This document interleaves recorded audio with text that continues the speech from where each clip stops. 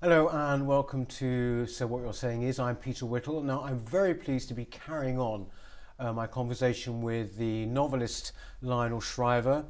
Last week we were talking about Brexit and populism, what these things meant, and we're just going to be carrying on from that now. Lionel, we talked about the different types, if you like, of Brexit, right? But as well as the, as it were, the somewheres and the anywheres, as David Goodhart has called them, there seemed to be this body of people now, which I would characterise as being nowheres, people who just simply appear to be against the nation, want to traduce the nation. Is that something you recognise in this current situation? I recognize it because I grew up with it in the United States. Right. The liberals in the U.S. have for decades and decades prided themselves on how much they hate their country, and or if they express any kind of patriotism, it's always kind of backdoor patriotism. Yeah. So it's always, I love my country, but emphasis on but. Yeah. Obsessed with all the evil things that the country has done in the past, and when they travel, they travel in a state of apology. They feel ashamed of being American. But here's the thing, and you can easily transfer this to Britain. They don't really feel ashamed because they don't think they're American. Explain. This whole posing and the posturing about how terrible your country is and how disgusting your compatriots are is a way of opting out of the country. It's a way of making yourself better than your fellow Americans and putting yourself above them, because it's only from a great height that you can make these contemptuous judgments. It's an opt-out, and it's saying, I know everything that's wrong with us, and therefore it is not wrong with me. Yeah, right? Yeah. Yes. And there is the intention is to distance and to disown, and therefore all of these mean things that you're saying about those disgusting other people do not pertain to you. So it's very narcissistic, really. It is entirely narcissistic. It's a kind of showing off. Yeah. It's a performance of virtue and conscience, and it's showing off your awareness of the big issues, and you're not partisan. You may have been born into a country, but you're not trapped by it. You're greater than that country. Yeah, it's total narcissism. I mean, I think citizen of the world must be the most self-aggrandizing label that anyone gives to themselves. And in fact, people who call themselves that, they give themselves that label. No one else does. I am a citizen of the world, as it were. I am not just of this place, as it were. Well, also claiming that for yourself is peculiar when, if there is such a thing as citizen of the world, then that applies to everybody. Yes, exactly. When do you think, I mean, you grew up with this in the United States. I grew up with it here. This kind of level of basic, this is, this sort of cultural self-hatred, really. Mm-hmm. And here a lot of the time people would say, oh, well, this is the British being reticent about their past history. No. I'd say there's a difference between being reticent, and kind of being understated and all of that stuff. But what I think you see increasingly is this kind of desire to actually dismantle, this desire to actually annihilate, actually, in a way, the past or your country or whatever. Yeah, it is a strange impulse. Yeah. It also ultimately it's rather anarchic. Yeah. But where do you think, if we both know what we're talking about, how did this originate? It wasn't the case presumably for our parents' generation. No, World War II brought out something in most people in relation to their country. Right. Countries mattered in World War II, and countries saved other countries. And so it's definitely a post-war phenomenon. I'm not a good enough historian to to explain the forces of it. I just can only respond to it in relation to its psychology. Yeah, yeah. And it is definitely a claiming of superiority in a writhing, pretend hair shirtery, you know, all of this stuff about how guilty the West feels. The people who promote Western guilt, they don't feel personally guilty. They don't feel guilty. Yeah, they feel smug. Yes, yes. Because they know all the evils that the West has been guilty of, and that makes them superior. Mm. I often find these big public apologies that Western leaders have sometimes made for slavery, or it's just, they don't feel sorry. Yeah. They didn't do anything. Yeah, yeah. And they know they didn't do anything. And these people who claim to feel guilty know they didn't do anything. They didn't enslave anybody personally. They're not responsible for slavery. They didn't kill any Indians. You know? It's fake. It's emotionally fake. And that's, I mean, as a person and as a novelist, I have to say, I have a real sensitivity to emotional falsity. Yeah. And that's what really puts me off about the hard left. They're fake. And all the emotions they claim for themselves are stand-ins for something else. You could actually put together a little set of equations. On a couple of occasions, you've taken them on, even if maybe not intentionally, you say the hard left or whatever, but this institutionalized approach. Right. Right. If you're talking about identity politics, for example, which we all apparently seem to have to now, I would say they spring from the same kind of impulse, don't they? That they're all about your position in the pantheon of victimhood, in a way, aren't they? Well, of course, this has been much discussed. Yeah. For some reason, no matter how much we despair of this way of thinking, it doesn't go away. Yeah. You know, and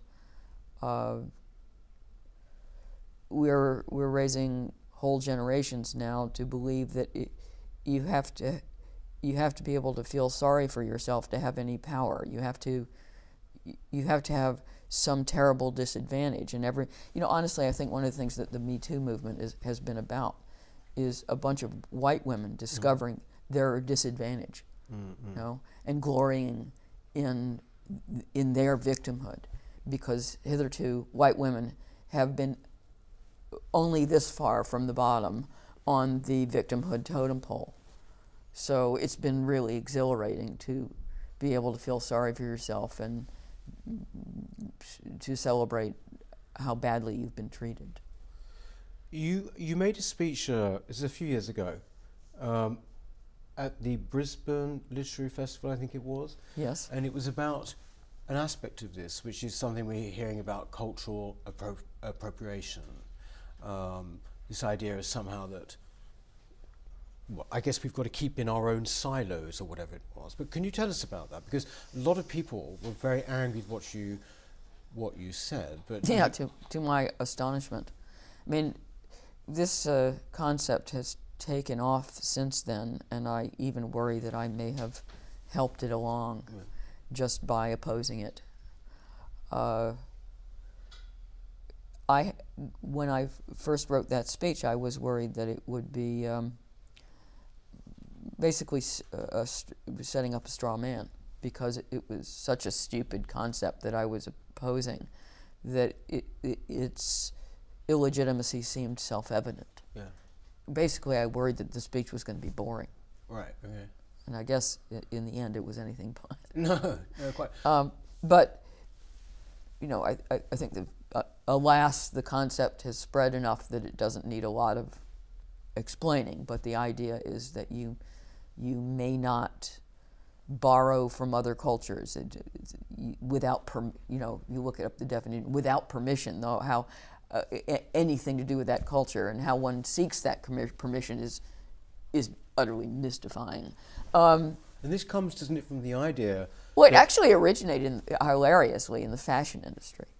Right. You know, Okay. whether or not white people can wear dreadlocks, or can designers borrow fashions from Japan or India, and play with those concepts in their clothes? And of course, my answer is yes. Why not?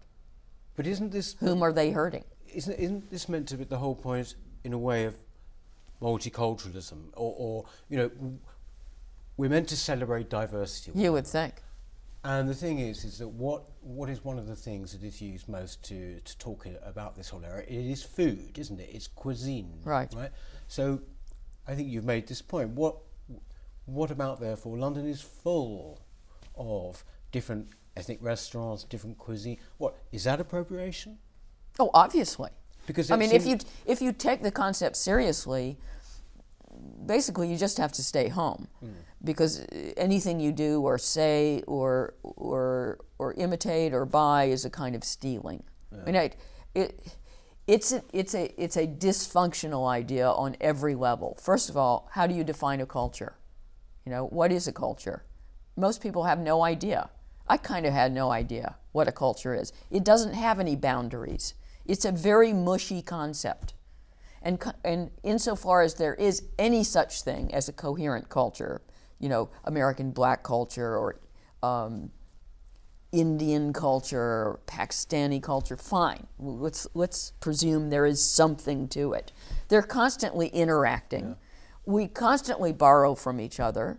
And I would also argue that basically the whole world belongs to you during the time you are alive. Yeah.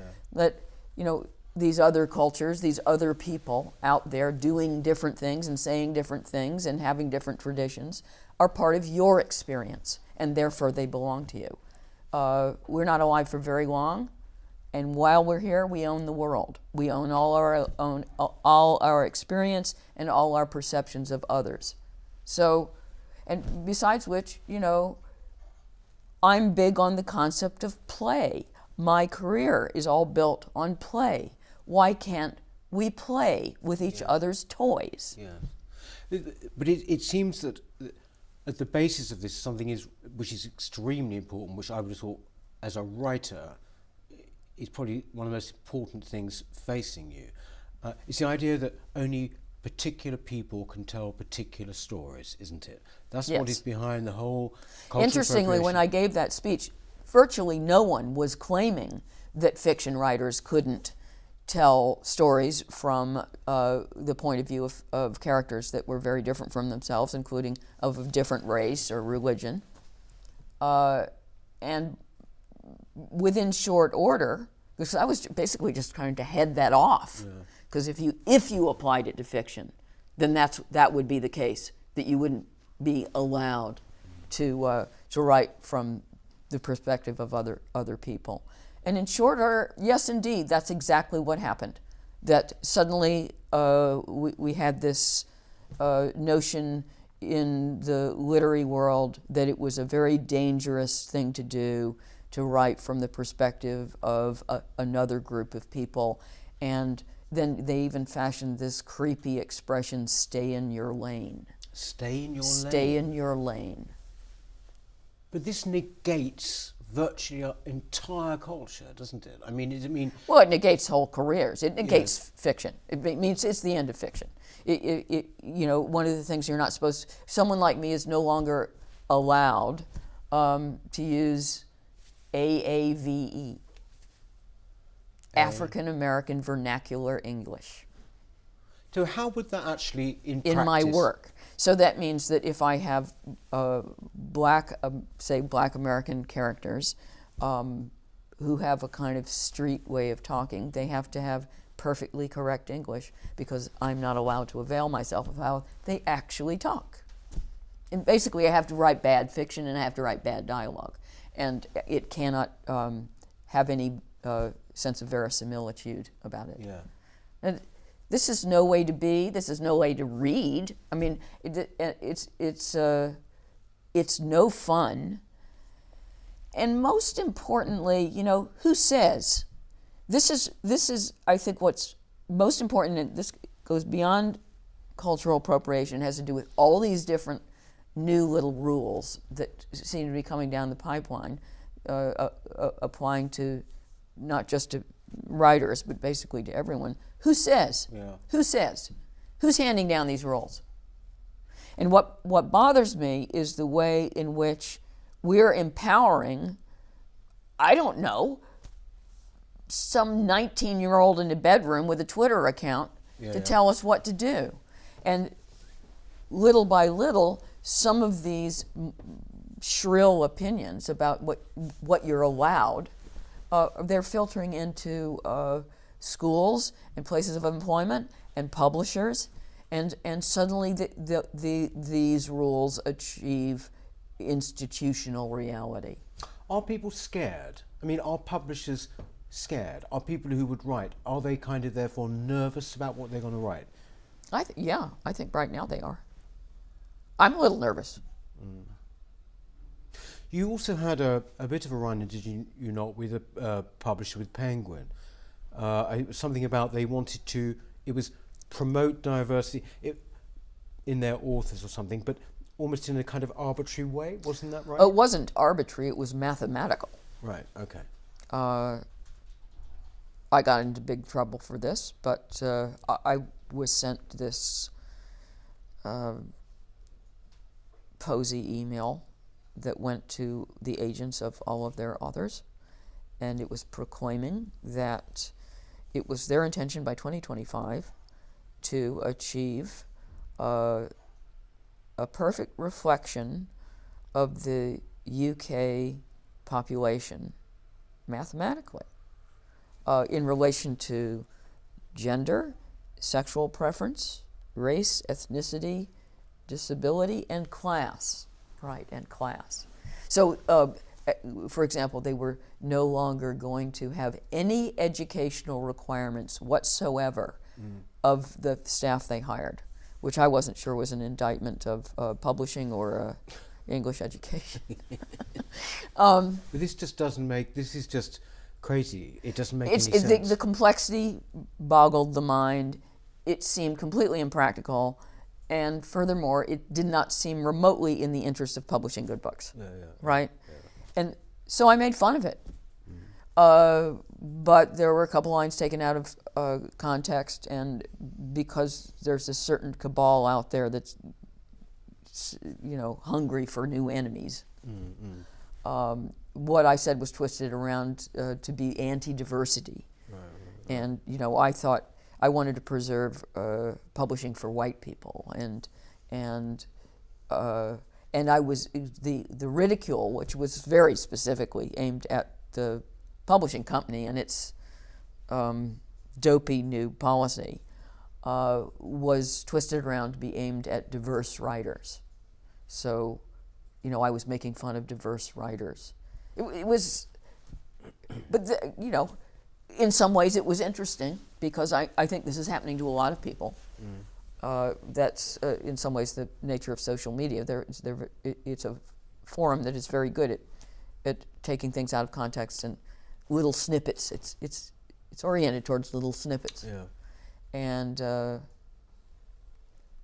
it was probably importantly informative to discover how people are now eager to project on what you write whatever they want to, the better to deplore it. Yes. Right? Yep. So it didn't matter what I had really written, it mattered what they said I had written.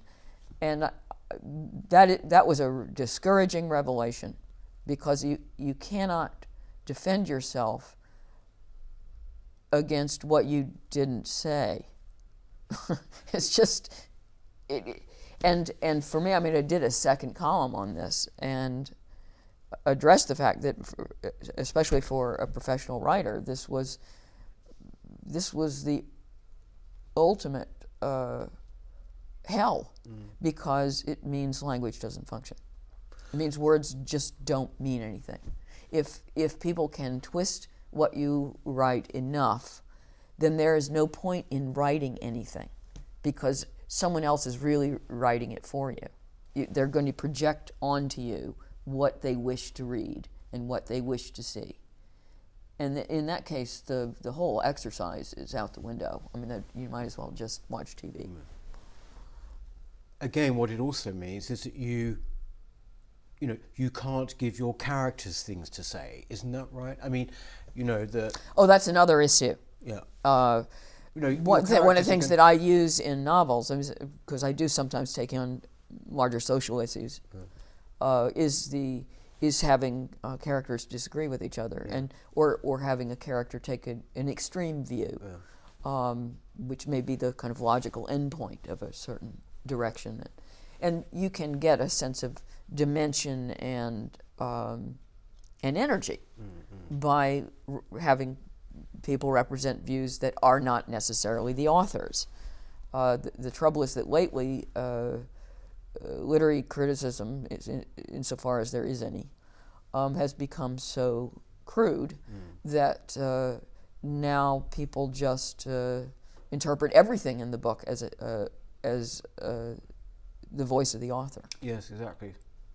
Yes, exactly. Just describing something or stating something immediately is seen as a position, isn't it? Yes. Even by just describing. I know that happened with Michel Houellebecq in France, definitely, very, very much so. I suppose that what this means really is that you are seen as an anomaly, surely, in literary circles. I mean, I think they see you as being the person to talk to about, as it were, politically incorrect things in that crude way. Isn't that right? I mean, no other writer does. I mean, no other, Why I don't know not? any artist who does. I mean, I really ask you, why not? I do feel kind of lonely in the political position that I end up occupying, and I don't understand why, out of sheer self-interest, other writers, especially other fiction writers, don't voice many of the same viewpoints. I mean, freedom, ultimately, we're still talking about the broader issue of freedom of speech, and it's really important for people who express themselves for a living to be given maximum latitude. And I just get the impression that an awful lot of my colleagues have traded in that the liberty of their profession for a cozy group membership. Well, I worked in the arts for quite a long time as a journalist and program maker, and there certainly was a group thing even then. I mean, there's no question about it. Thank you, Lionel, very much. I think very shortly, or in May, I think it's May 22nd, I think you're going to be discussing in London, you're going to be part of a panel talking about identity politics, I think. Isn't that right? It's actually a formal debate for Intelligence Squared, and the proposition is something like identity politics is tearing society apart. Right. Okay. Of course, the answer is yes, and then everyone can go home. Okay, right, great. Intelligence Squared in May 22nd.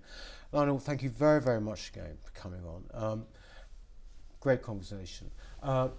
Thanks very much for watching So What You're Saying Is. Please do subscribe, won't you? That would be our lifeblood. It's absolutely free. And see you next time.